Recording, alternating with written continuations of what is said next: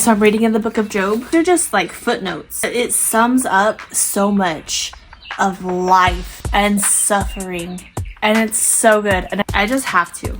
So the purpose of this book, the purpose of Job, the faith and perseverance of this extraordinary man were tested by Satan, but in the end, Job was victorious and his faith was rewarded.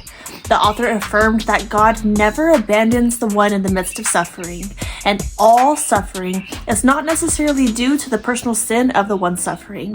Also, suffering does not necessarily detach the one suffering from God. The book describes the kind of faith required of God and how faith works itself out in the midst of the fire, in the midst of suffering, how we always talk about, in the midst of trials and tribulations, in the midst of the valley. God is walking with us through the valley, through the storm.